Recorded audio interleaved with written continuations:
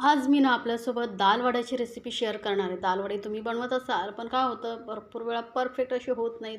कधी-कधी तेलामध्ये विरघळतात, कडक होतात, कुरकुरीत होत नाहीत. तर त्यासाठी काही टिप्स आहेत, ज्यामुळे हे दाल वडे जे आहेत परफेक्ट बनतात. तुम्ही बघू शकता एकदम बाहेरून कुरकुरीत झालेले आहेत आणि आतून असे एकदम सॉफ्ट होतात, कडक होत नाहीत. त्यासाठी काही टिप्स मी सांगणार आहे, ज्या तुम्ही नक्की फॉलो करून बनवा. तर हे बघा आणि सोबतच आपण ही चटणी बनवणार आहोत, ज्यामुळे हे दाल वडे जबरदस्त टेस्टी लागतात. तर सर्वात आधी काय करायचं आहे, 2 कप मी इथे डाळ घेतलेली आहे. डाळ कमीत कमी 5 ते 6 तास तरी भिजली गेली पाहिजे, म्हणजे ती डाळ चांगली भिजली का वडेही आपले व्यवस्थित होतात. आता यामधले जे सर्व पाणी काढून टाकायचं आहे. पाणी आपल्याला अजिबात वापरायचं नाही आहे. पाहिजे असेल तर तुम्ही चाळणीवरती नितळत ठेवा, म्हणजे जे काय एक्स्ट्रा पाणी आहे ते निघून जाईल. त्यानंतर आधी आपण चटणी बनवून घेऊया. त्यासाठी मी ते घेतलेलं आहे ओलं खोबरं, सोबतच फुटाणा डाळ. या डाळीमुळे ना त्या चटणीला टेस्ट तर छान येतेच, पण बाइंडिंगही छान येते. सोबतच 2 हिरव्या मिरच्या घेतलेल्या. आता तिखट किती हवं आहे त्यानुसार हिरवी मिरचीचं प्रमाण तुम्ही कमी जास्त करू शकता. आणि घालायचं यामध्ये आपल्याला आलं. तर छोटासा तुकडा मी आल्याचा घेतलेला आहे. 2 लसणाच्या पाकळ्या घालायच्या, जास्त घालायचं नाही, नाही तर लसणाचा स्ट्रॉंग फ्लेवर येतो. सोबतच खूप सारी घालायची कोथिंबीर, देठासहितच घाला, त्याचा टेस्ट खूप छान येते. आणि थोडंसं घालायचं आहे जिरं, साधारण अर्धा छोटा चमचा एवढं जिरं घालायचं आहे. चवीनुसार घालूया मीठ. आणि आता यामध्ये ना पाणी घालून आपण एकदम बारीक हे वाटून घ्यायचं आहे. डाळ घातल्यामुळे ना चटणीला बाइंडिंग ही छान येते आणि मस्त असं टेक्स्चर येतं. तरी बघू शकता डाळी घातल्यामुळे आपली चटणी जबरदस्त सुंदर दिसते आणि चविष्टही तेवढीच होते. तर एकदा या पद्धतीने नक्की बनवून पहा. तर चटणी आपली तयार झालेली आहे. ही कुठल्याही स्नॅक्सबरोबर तुम्ही खाऊ शकता, जबरदस्त लागते ही चटणी. आणि आता ही चटणी आपण तुम्ही 2-3 दिवस बनवून फ्रीजमध्ये स्टोअर करून टाकू शकता, अजिबात खराब होत नाही. आता त्याच मिक्सर जारमध्ये आपण घेणार आहोत 3 मध्यम अशा तिखटवाल्या हिरव्या मिरच्या घेतलेल्या आहेत. कमी तिखट असतील तर 4 घेऊ शकता. तर इथे मिरच्यांचं प्रमाणही तुम्ही तुमच्या आवडीनुसार कमी जास्त करू शकता. सोबतच आल्याचा तुकडा घेतलेला आहे, मोठा आल्याचा तुकडा घेतलेला आहे. छोटे तुकडे करून ते ह्याला ना मिक्सरमधून थोडंसं असं दरदरीत वाटून घेऊया.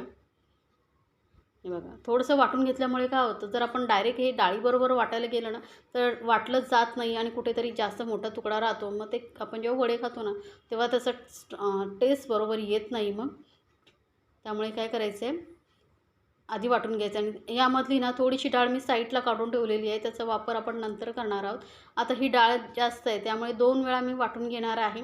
आणि पाणी अजिबात न घालता, जराही पाण्याचा वापर न करता आपल्याला ही थोडीशी अशी दाणेदार अशी वाटून घ्यायची. जास्त एकदम पेस्ट करायची नाही बरं का. थोडंसं असं मध्ये दाणेही दिसले पाहिजेत, रवाळही राहिली पाहिजे, असं वाटून घ्यायचं आहे. यामुळेच आपले जे वडे खुसखुशीत होतात. आता डाळ पूर्ण मी वाटून घेतलेली आहे. त्यानंतर जी डाळ आपण थोडी काढून ठेवली होती तीही यामध्ये घालायचं आहे. एक मोठ्या आकाराचा कांदा घेतलेला आहे मी, तो बारीक चिरून घेतलेला आहे. आता 2 छोटे घेतला तर 2 कांदे तुम्ही घेऊ शकता, पण कांदा नक्की घाला आणि जास्त जाड नाही, बारीकच कापायचं आहे. सोबतच 10-1 कढीपत्त्याची पाने बारीक चिरून घेतलेली आहेत आणि खूप सारी घालायची कोथिंबीर.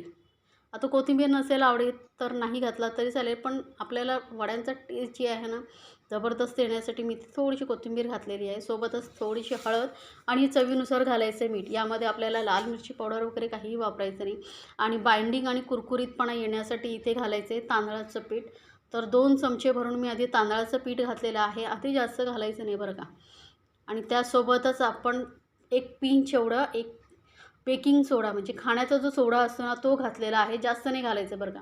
1 पिंच एवढंच घाला. यामुळे काय होतं, वडे जे आहेत ना आतून मस्त सॉफ्ट होतात आणि जाळीदार होतात, जास्त कडक होत नाही. कारण नुसतं जर डायरेक्ट तुम्ही असं डाळीचे वडे बनवलात ना तर कडक होतात आतून, खाताना मग कंटाळा येतो, कडक लागतात. त्यामुळे थोडंसं बेकिंग सोडा नक्की घाला आणि तांदळाचं पीठही घाला.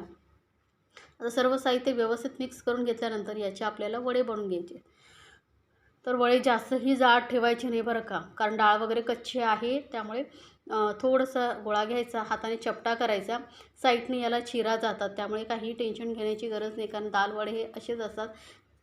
कारण ही डाळीपासून आपण बनवतो ना, त्यामुळे ते साईडने चिरा जातातच. फक्त हलकंसं आपण हाताने सेट करण्याचा प्रयत्न करायचा.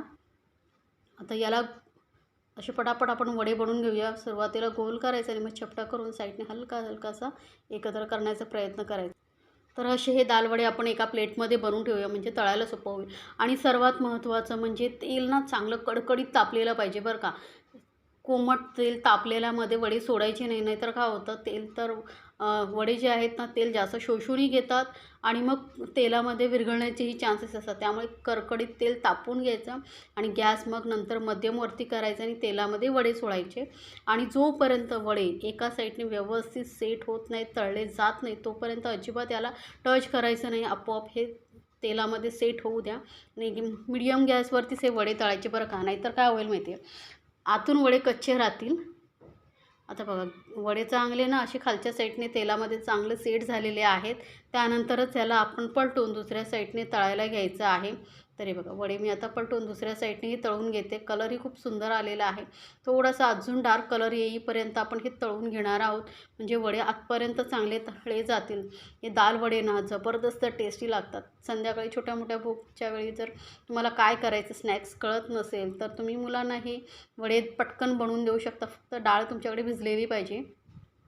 तर हे बघू शकता वडे ना मस्त असे टम्म फुगल्यासारखे झालेले आहेत. आपण चपटे बनवले होते, पण यामध्ये जो आपण बेकिंग सोडा घातला आहे ना त्यामुळे हे वडे चांगले असे टम्म फुगल्यासारखे झालेले आहेत आणि अजिबात आतमध्ये कडक होत नाहीत, मस्त आणि तेलकटही होत नाहीत. तर एकदा नक्की बनवून पहा या पद्धतीने आणि मला सांगायला विसरू नका बरं का. दिसायलाही खूप सुंदर टेस्टी असे आपले दाल वडे झालेले आहेत तयार.